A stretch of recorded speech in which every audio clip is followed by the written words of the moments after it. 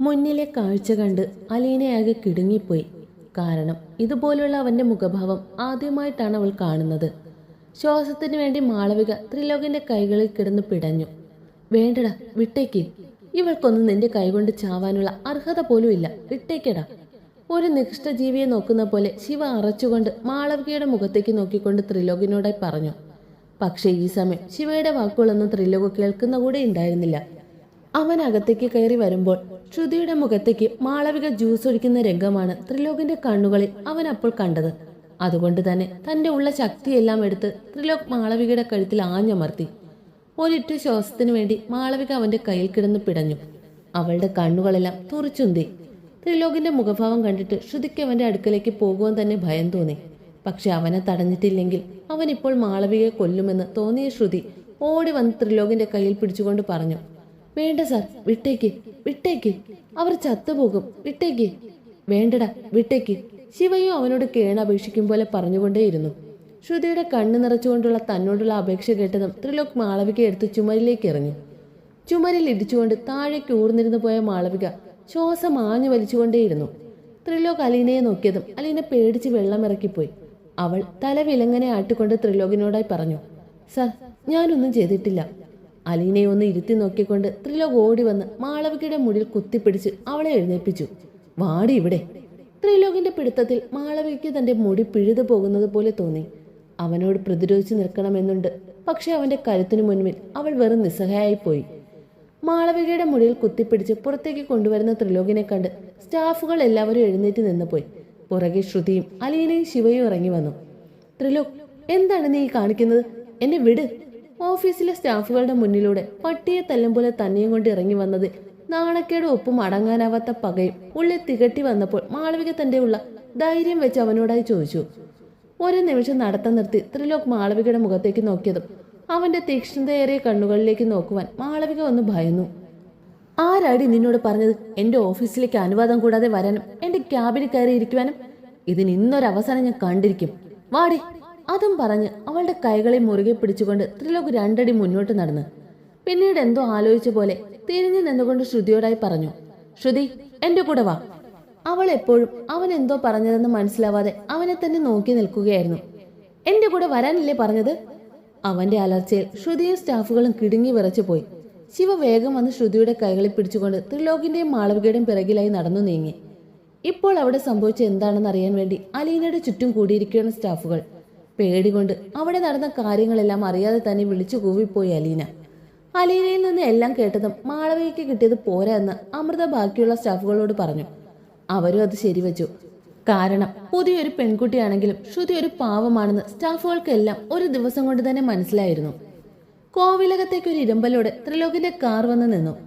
Driving സീറ്റിൽ നിന്നും ത്രിലോക് ഇറങ്ങിയതും കോ driving സീറ്റിൽ നിന്നും മാളവികയെ പിടിച്ചു വലിച്ച് എഴുന്നേൽപ്പിച്ചു കൊണ്ടുവന്ന് ഒരൊറ്റ തള്ളായിരുന്നു അവൻ ഹാളിലേക്ക്.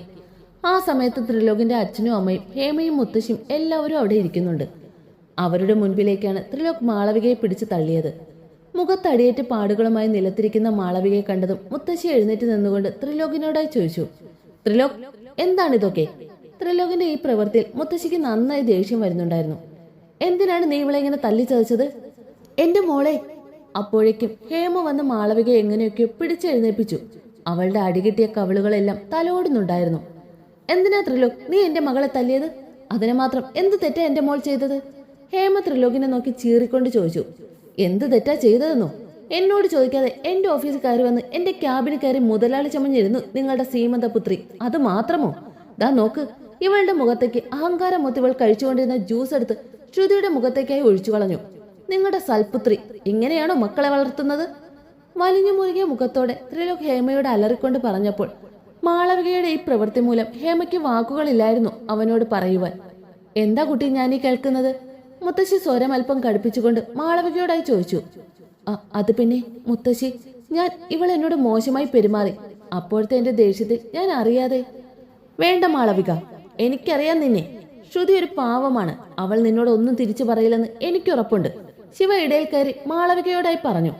ഓ, ഇന്നലെ കണ്ട ഇവളെയാണോ നിങ്ങൾക്കപ്പോ വിശ്വാസം? നീ ഒന്ന് ആലോചിക്കണം ത്രിലോക്. ഇനി കുറച്ച് ദിവസമേ ഉള്ളൂ നിങ്ങളുടെ വിവാഹത്തിന്. അതിന്റെ ഇടയിൽ അവളൊന്ന് നിന്റെ ഓഫീസിൽ വരികയോ നീ ഇരിക്കുന്ന ചെയറിലൊന്ന് ഇരുന്നു എന്ന് കരുതിയോ മാന ഇടിഞ്ഞൊന്നും വീഴുകയൊന്നുമില്ല. ഒന്നുമില്ലെങ്കിലും അവൾക്കും കൂടി അവകാശപ്പെട്ടതല്ലേ അതെല്ലാം. ഹേമ അല്പ അഹങ്കാരത്തോടെ ത്രിലോകനോടായി പറഞ്ഞു. ഇവളൊന്നും പറയാതെ എന്റെ കുഞ്ഞിങ്ങനെ പ്രവർത്തിക്കില്ല. ഇന്നലെ കയറി വന്നവളെയെല്ലാം നീ വിശ്വസിക്കുന്നുണ്ട്. നിന്റെ ഭാര്യയാകാൻ പോകുന്ന എന്റെ മാളവികയുടെ വാക്കുകൾ നിനക്ക് വിശ്വാസമില്ല അല്ലേ? ഹേമ ത്രിലോകിന് നേരെ അലറിക്കൊണ്ട് ചോദിച്ചു. അതിനാര് നിങ്ങളുടെ മകളെ വിവാഹം കഴിക്കുന്നു? ത്രിലോക് അങ്ങനെ പറഞ്ഞതും തറവാട്ടിലുള്ളവർ എല്ലാവരും ഇടിവെട്ടേറ്റതുപോലെ നിന്നുപോയി. നീ എന്താ ത്രിലോകി പറയുന്നതെന്ന ബോധമുണ്ടോ? മുത്തശ്ശി അവനെ നോക്കിക്കൊണ്ട് ചോദിച്ചു. ഞാൻ ഒരിക്കലും മുത്തശ്ശി മാളവികയെ വിവാഹം കഴിക്കാമെന്ന് സമ്മതിച്ചിട്ടില്ല. എന്റെ സമ്മതമില്ലാതെയാണ് നിങ്ങൾ വിവാഹം ഉറപ്പിച്ചത്. നിങ്ങൾ ഒരു കാര്യം മനസ്സിലാക്കണം. എനിക്ക് ഒരു ജന്മത്തിലും മാളവികയെ വിവാഹം കഴിക്കാൻ സാധിക്കില്ല. അങ്ങനെ വല്ല മോഹവും ആരുടെയെങ്കിലും മനസ്സിലുണ്ടെങ്കിൽ അത് ഇപ്പോൾ തന്നെ മനസ്സിൽ നിന്ന് എടുത്ത് മാറ്റിയേക്ക്. നടക്കില്ല എന്ന് പറഞ്ഞാൽ നടക്കില്ല. ഇപ്പോഴാണോ നിനക്ക് സമ്മതമല്ല എന്ന് പറയേണ്ടത്? നിനക്കതിനുള്ള സമയം ഞാൻ തന്നിരുന്നു. ഇനി അത് നടക്കില്ല. നീ മാളവിയെ വിവാഹം കഴിച്ചേ പറ്റൂ. ത്രിലോകിന്റെ അച്ഛൻ അതിന്റെ ഇടയിൽ കയറി പറഞ്ഞു. എനിക്കൊരു ഭാര്യയുണ്ട്. അവൾ ജീവിച്ചിരിക്കുമ്പോൾ ഞാൻ മറ്റൊരു പെണ്ണിനെ വിവാഹം കഴിക്കേണ്ട ആവശ്യമില്ല. ത്രിലോകിന്റെ വാക്കുകൾ ചാട്ടുള്ളി പോലെയാണ് മാളവികയുടെ ചെവിയിലേക്ക് ഇരച്ചു കയറിയത്. നോ, നീ കള്ളം പറയുകയാണ് ത്രിലോക്. ഇല്ല, ഞാനിത് ഒരിക്കലും വിശ്വസിക്കില്ല. നീ വിശ്വസിച്ചാലും ഇല്ലെങ്കിലും എനിക്കൊരു കുഴപ്പമില്ല. ഇതാണ് സത്യം. ഇത്രയും നാൾ ഞാൻ അന്വേഷിച്ചു നടന്ന എന്റെ പെണ്ണിനെ എനിക്ക് തിരിച്ചു കിട്ടിയിരിക്കുന്നു. അത് പറയുമ്പോൾ ത്രിലോകിന്റെ മുഖത്തൊരു പുഞ്ചിരി വിടർന്നു.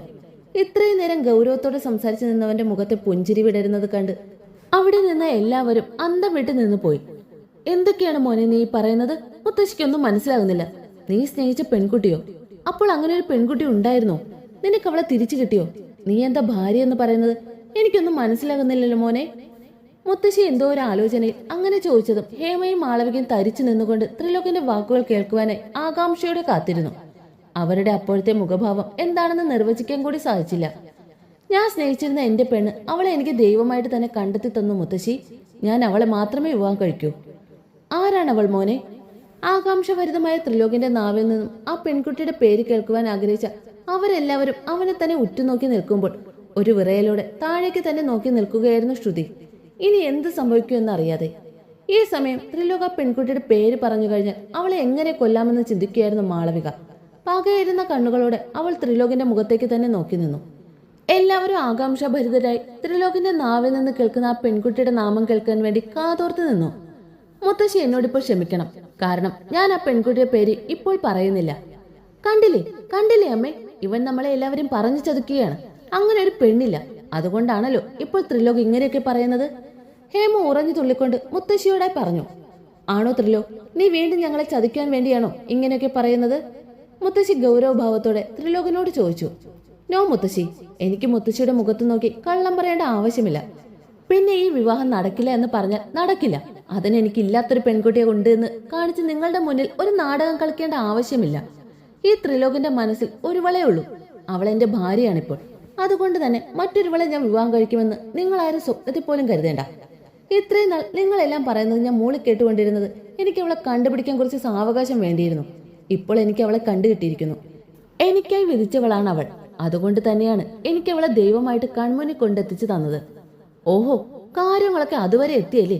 ഭാര്യ എവിടെ കിടക്കുന്ന പിഴച്ചവളെയൊക്കെ ഈ തറവാട്ടിലേക്ക് കയറ്റിക്കൊണ്ടുവരാമെന്ന് നീ മോഹിക്കേണ്ടത്രല്ലോ. ആർക്കറിയാം എങ്ങനെയുള്ളതുങ്ങളാണെന്ന്. അല്ല, നിന്നെയൊക്കെ വളച്ചെടുക്കണമെങ്കിൽ ചില്ലർക്കാരൊന്നും ആയിരിക്കില്ല. അവളുടെ തന്തയും തള്ളയും അടക്കം പിഴ ഫാമിലി ആയിരിക്കും. ഹേമ ഒരു പുച്ഛത്തോടെ ത്രിലോകിനോടായി പറഞ്ഞു. ഹേമയുടെ വാക്കുകൾ കേട്ടതും ശ്രുതി ആകെ തറഞ്ഞു നിന്നുപോയി. അവൾ തന്റെ ഇരു കണ്ണുകളും അടച്ചു നിൽക്കുന്നുണ്ടെങ്കിലും കണ്ണുനീർ അപ്പോഴേക്കും കണ്ണിൽ നിന്ന് പൊടിഞ്ഞിറങ്ങിയിരുന്നു. ദുഃഖം സഹിക്കാൻ കഴിയാതെ അവൾ തന്റെ സാരിയുടെ മുന്താണിയിൽ കൈകൾ ചുരുട്ടിപ്പിടിച്ചു നിന്നു. ഒരു നിമിഷം എന്താണ് അവിടെ സംഭവിച്ചതെന്ന് ആർക്കും മനസ്സിലായില്ല. അടികൊണ്ട് മാളവിക നിലത്ത് കിടക്കുന്നതാണ് അവരെല്ലാവരും കാണുന്നത്. മുന്നിൽ നോക്കിയതും ഒരു രൗദ്രഭാവത്തോടെ നിൽക്കുന്ന ത്രിലോകിനെ കണ്ട് ഹേമ പേടികൊണ്ട് ഉമിനീർ ഇറക്കിപ്പോയി.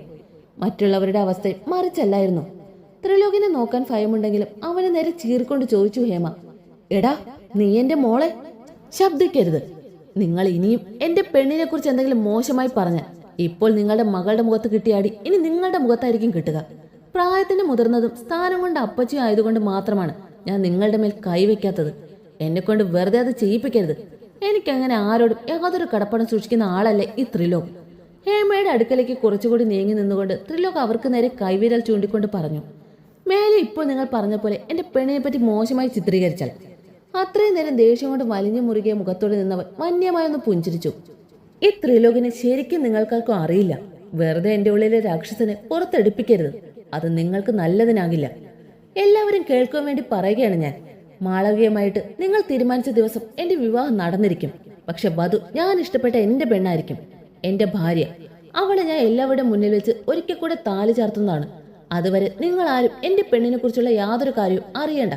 കാരണം അത്രയും പറഞ്ഞ് ത്രിലോക് മാളവികയുടെ മുഖത്തേക്ക് നോക്കിക്കൊണ്ട് എല്ലാവരോടുമായി പറഞ്ഞു, അതാണ് എന്റെ പെണ്ണിന് നിങ്ങൾക്കും ഒരുപോലെ നല്ലത്. അത്രയും പറഞ്ഞ് ആരെയും നോക്കാതെ ത്രിലോക് മുകളിലേക്ക് കയറിപ്പോയി. മോളെ, നോക്കട്ടെ നിന്റെ കവിൾ, ഞാൻ ഐസ് പാക്ക് ഇട്ടുതരാം. ഹേമ ഐസ് പാക്കുമായി മാളവികയുടെ അടുക്കളയ്ക്ക് ചെന്നത് അവൾ അത് വാങ്ങി ദൂരേക്ക് വലിച്ചെറിഞ്ഞു. ഛേ, നീ എന്താണ് മാളവി കാണിക്കുന്നത്? ഐസ് പാക്ക് വെച്ചിട്ടില്ലെങ്കിൽ നീര് വലിയില്ലേ മോളെ? വേണ്ടമ്മേ, നീര് വലിയണ്ട. ഈ വേദനയെല്ലാം ഞാൻ സഹിക്കണം. എങ്കിൽ മാത്രമേ എനിക്ക് ആ ത്രിലോകിന്റെ ഭാര്യ എന്ന് പറയുന്നവളെ കൊല്ലാക്കൊല്ല ചെയ്യാൻ പറ്റുകയുള്ളൂ. എന്നെ മറികടന്ന് അവൻ അവളുടെ കഴുത്തിൽ താലി ചാർത്തു അല്ലേ? എന്നാൽ എനിക്കതൊന്ന് കാണണം. അവൻ എന്റെയാ, എന്റേത് മാത്രം. പുറത്തെ ബാൽക്കണിയിൽ നിന്നുകൊണ്ട് ഇന്ന് ഹേമ പറഞ്ഞ കാര്യങ്ങളും ത്രിലോക് പറഞ്ഞ കാര്യങ്ങളും എല്ലാം ശ്രുതിയുടെ മനസ്സിലൂടെ പോയിക്കൊണ്ടിരിക്കുകയായിരുന്നു. ത്രിലോക്, ഇതെന്തൊക്കെയാണ് ഈ പറയുന്നത്? വിവാഹമോ? പക്ഷെ എങ്ങനെ? അതിന് ഞാൻ ഇതുവരെ സമ്മതം പറഞ്ഞില്ലല്ലോ. അവൻ ആ മാളവികയെ വിവാഹം ചെയ്തുകൂടെ? എന്തിനാ എന്നെ ഇതിലേക്ക് പിടിച്ചിരുന്നത്? വേണ്ട, അവൻ എന്റെയാ. അങ്ങനെ അവൾ വിവാഹം കഴിക്കേണ്ട. ത്രിലോക് എന്റെയല്ലേ, ഈ ശ്രുതിയുടെ. അവളുടെ മനസ്സ് പലവിധ ചിന്തകളിലൂടെ ഉഴറി മറിഞ്ഞു. ഒരു വശത്ത് ത്രിലോകിന്റെ പ്രണയം സ്വീകരിക്കണമെന്നുണ്ടെങ്കിൽ മറുവശത്ത് ഭൈരവ് എന്ന രാക്ഷസൻ കാരണം അവനിൽ നിന്ന് ഓടി ഒളിക്കുവാനാണ് ശ്രുതി ശ്രമിക്കുന്നത്. പെട്ടെന്നാണ് അവളുടെ തെന്നിമറിയ സാരിക്കിടയിലൂടെ അവളുടെ നഗ്നമായ അണിവയറിലേക്ക് ദൃഢമായ കൈവിരൽ ചേർന്നമർന്നത്. ഒരു നിമിഷം ശ്വാസം എടുക്കാൻ പോലും ശ്രുതി മറന്നുപോയി. കാരണം ആ സ്പർശനം ആരുടേതെന്ന് അവൾ അപ്പോഴേ തിരിച്ചറിഞ്ഞിട്ടുണ്ടായിരുന്നു. കവളിലായി തട്ടുന്ന നിശ്വാസത്തിൽ അവൾ പൊള്ളിപ്പിടഞ്ഞു പോയി. ഹേ ബേബി ഗേൾ, ആരെ സ്വപ്നം കണ്ട് നിൽക്കുകയാണ് ബേബി ഗേൾ? അവന്റെ നിശ്വാസം തന്റെ കവളിലായി വന്ന് പതിഞ്ഞതും ശ്രുതി ആകെ പൊള്ളിപ്പിടഞ്ഞു പോയി. അവളുടെ കുഞ്ഞു ശരീരം ഒന്ന് വിറച്ചതും അവൻ അവളെ പിടിച്ച് തിരിച്ചു നിർത്തിയതും ഒരേ സമയത്തായിരുന്നു. കണ്ണുകൾ നിറച്ചുകൊണ്ട് തന്റെ പെണ്ണ് തന്നെ നോക്കി നിൽക്കുന്നത് കണ്ടതും അവനും ആകെ വല്ലാതെയായി. എന്തു പറ്റി ബേബി ഗേൾ? എന്തിനാ കരയുന്നത്? നീ ഇങ്ങനെ കരയല്ലേ? അയിനോ, നിനക്ക് എന്നെ ഇഷ്ടമാണെന്ന് ആ കണ്ണുകൾ പലപ്പോഴുമായി എന്നോട് പറഞ്ഞിട്ടുള്ളതാണ്. പിന്നെ എന്തിനാണ് നീ എന്നിൽ നിന്നും ഇങ്ങനെ അകലം പാലിക്കുന്നത്? നിനക്കറിയുമോ, നിന്നെയും പ്രതീക്ഷിച്ച് ഞാനിരുന്ന ഓരോ ദിനങ്ങൾ എനിക്ക് എങ്ങനെയാണെന്ന്? ഇനി പറ്റില്ല, എനിക്ക് വേണം നിന്നെ. അവന്റെ ഓരോ വാക്കുകളിലും ആ പെണ്ണ് പൊള്ളിപ്പിടഞ്ഞു പോയി. ആദ്യമായി ശ്രുതി അവന്റെ ഇരു കവളിലുമായി തന്റെ കൈകൾ ചേർത്ത് വെച്ചുകൊണ്ട് അവന്റെ മുഖത്തേക്ക് നോക്കി പറഞ്ഞു, ത്രിലോക്, ഞാൻ പേടിയാകുന്നു. അത്രയും നേരം ശ്രുതിയെ ഒരു വേവലാതിയോടെ നോക്കി നിന്നവൻ അവൻ എന്ന വാക്കിൽ കുരുങ്ങിപ്പോയി. പരിഭ്രമത്തിൽ നിന്നും അവന്റെ മുഖത്ത് അവൾ ഇനി പറയാൻ പോകുന്ന കാര്യങ്ങളെക്കുറിച്ച് ഓർത്തുള്ള ചിന്തയായിരുന്നു. നീ ആരെങ്കിലും ഭയക്കുന്നുണ്ടോ ശ്രുതി? പെട്ടെന്നുള്ള ത്രിലോകിന്റെ ചോദ്യത്തിൽ ശ്രുതി ഒന്ന് പതറി. അവളുടെ കണ്ണുകൾ സങ്കടം കൊണ്ട് നിറഞ്ഞൊഴുകി, ചുണ്ടുകൾ വീതുമ്പി. ഇനിയും പിടിച്ചു നിൽക്കാൻ ത്രിലോകിന്റെ മുന്നിൽ തനിക്ക് സാധിക്കില്ല എന്ന് തോന്നിയ നിമിഷം അവൾ അവനെ ഇറുകെ പുണർന്നുകൊണ്ട് പൊട്ടി പൊട്ടി കരഞ്ഞുപോയി. ശ്രുതിയുടെ അപ്പോഴത്തെ ഭാവത്തിൽ ത്രിലോക് പോലും ഒന്ന് ഞെട്ടിപ്പോയിരുന്നു. തന്നെ എത്രത്തോളം മുറുകെ പിടിക്കുവാൻ പറ്റുമോ അത്രത്തോളം മുറുകെ പിടിച്ച് വിങ്ങിപ്പൊട്ടി കരയുന്നവളെ അവനും തിരികെ തിരിച്ചു പുണർന്നു. അവളുടെ കണ്ണുനീരാൽ തന്റെ നെഞ്ചു നനയുന്നത് ത്രിലോക് അറിയുന്നുണ്ടായിരുന്നു. അവൻ അവിടെ മെല്ലാം പൊള്ളുന്നത് പോലെ തോന്നി. കരയില്ലേ ബേബി ഗേൾ? എന്താ നിനക്ക് പറ്റിയത്? എന്തിനാ നീ ഇങ്ങനെ കരയുന്നത്? അവനിൽ നിന്നും അവളെ അകറ്റി മാറ്റിക്കൊണ്ട് അവൻ അവളോട് അലറിക്കൊണ്ട് ചോദിച്ചു. ഇനിയൊന്നും മറച്ചു വെക്കാനില്ലാത്തതിന് ശ്രുതി വിങ്ങിപ്പൊട്ടി കരഞ്ഞുകൊണ്ട് ഭൈരവിന്റെ എല്ലാ കാര്യങ്ങളും ത്രിലോകിനോടായി പറഞ്ഞു. എല്ലാം കേട്ട് കഴിഞ്ഞതും ശ്രുതി ത്രിലോകിനെ നോക്കിയതും അവന്റെ രക്തവർണ്ണമായ ഹേസൽ കണ്ണുകളിലേക്ക് നോക്കുവാൻ അവൾ പോലും ഒന്ന് ഭയന്നു. എങ്കിലും ധൈര്യം സംഭരിച്ച് ശ്രുതി ത്രിലോകിനെ വിളിച്ചു. ത്രിലോക്. അവന്റെ കൈവീശിയുള്ള അടിയെ ശ്രുതി ഒന്ന് വേച്ചു പോയി. പേടിയുണ്ടെങ്കിലും പതിയെ മുഖമുയർത്തി നോക്കി അവളെ നോക്കിക്കൊണ്ട് ത്രിലോക് അലറിക്കൊണ്ട് ചോദിച്ചു, ഇത്രയും ഉണ്ടായിട്ടും എന്തിനാടി പുല്ല് നീ ഇത്രയും ദിവസം എല്ലാം മനസ്സിട്ടുകൊണ്ട് നടന്നത്? ഇതിപ്പോൾ ഞാൻ നിനക്ക് തന്നത് എന്തിനാണെന്ന് അറിയോടി? മേലിൽ എന്നോട് ഇനി ഒന്നും മറച്ചു വെക്കരുത്. അത്രയും പറഞ്ഞ് അവളെ പിടിച്ചവൻ അവനിലേക്ക് കൂടുതൽ ചേർത്ത് നിർത്തി അവളുടെ ചുണ്ടുകളിലേക്ക് അവന്റെ ചുണ്ടുകൾ ചേർത്ത് വെച്ചു. ആ സമയം അവന്റെ ചുംബനം ശ്രുതിയെ ആഗ്രഹിച്ചിരുന്നു. അതുകൊണ്ട് തന്നെ പരിസരബോധം മറന്ന് ഇരുവരും മത്സരിച്ച് ചുംബിച്ചു. ഒരു നിമിഷം ശ്വാസതടസ്സം അനുഭവപ്പെട്ടതും ശ്രുതി അവനിൽ നിന്ന് വേർപെട്ട് ചുവരിലേക്ക് ചാരി നിന്നു. ആ നിമിഷം തന്നെ ത്രിലോകിന്റെ ചുണ്ടുകൾ അവളുടെ ശംഖു പോലുള്ള കഴുത്തിലേക്ക് അമർന്നു. ത്രിലോക്. ഈ സമയം അവൻ അവളുടെ സാരി വകഞ്ഞു മാറ്റി അവന്റെ കൈ അവളുടെ നഗ്നമായ അണിവയറിലായി ഇഴഞ്ഞൊഴുകി. ആ വേണ്ട. അവളുടെ ചുണ്ടിനടുത്തേക്ക് തന്റെ ചുണ്ടുകൾ തൊട്ടു തൊട്ടില്ല എന്ന വണ്ണം കൊണ്ടുവന്ന് ത്രിലോക് ശ്രുതിയോടായി പറഞ്ഞു, I love you baby girl. I love you too Trilok. Your voice make me so tempting baby girl. I love you Trilok എന്ന ശ്രുതിയുടെ വാക്കുകൾ കർണപടത്തിൽ അലയടിച്ചുകൊണ്ടേയിരുന്നു. അത്രയും മതിയായിരുന്നു അവനും. വീണ്ടും ഒരു ചുടുചുംബനത്തിന് വേണ്ടി ഇരുവരും തയ്യാറാകുമായിരുന്നു ആ രാത്രിയിൽ. സർ, ശ്രുതി മേഡം എവിടെയാണെന്നുള്ളത് ഞങ്ങൾ കണ്ടുപിടിച്ചു. എവിടെയാ എന്റെ ശ്രുതിയുള്ളത്? ഭാരവന് തന്റെ ആകാംക്ഷ അടക്കുവാൻ സാധിച്ചില്ല. അവനെ എങ്ങനെയെങ്കിലും അവളെ കണ്ടാൽ മതിയെന്നായി. സർ, മേഡം ഇപ്പോൾ ഉള്ളത് കൊച്ചിയിലാണ്. കോവിലക എന്റർപ്രൈസിൽ ഇപ്പോൾ സ്റ്റാഫാണ് ശ്രുതി മേഡം. കോവിലക എന്റർപ്രൈസസ്? അവന്റെ നാവിൽ നിന്നും ആ സ്ഥാപനത്തിന്റെ പേര് ഒന്നുകൂടി ഉതിർന്നു വീണു. അല്പനേരം എന്തോ ആലോചനയിൽ നിന്നിരുന്ന ഭൈരവ് പിന്നീട് രാജുവിനെ നോക്കിക്കൊണ്ട് പറഞ്ഞു, രാജീവ്, എയർ ടിക്കറ്റ് ബുക്ക് ചെയ്യും. നാളെ തന്നെ ഞാൻ കൊച്ചിയിൽ എത്തിയിരിക്കണം. ശ്രുതിയും കൊണ്ട് മാത്രമേ ഇനി ഞാൻ തിരിച്ച് ബാംഗ്ലൂർക്ക് ഉണ്ടാവുകയുള്ളൂ. എസ് സർ, ഞാൻ അതിനുള്ള കാര്യങ്ങൾ ഇപ്പോൾ തന്നെ ഫോർവേഡ് ചെയ്യാം. ഞാൻ വരുന്നു ശ്രുതി. ഈ ഭൈരവ് എന്റെ പെണ്ണിനെ എന്റെ അടുക്കലേക്ക് വീണ്ടും കൊണ്ടുവരാൻ വേണ്ടി.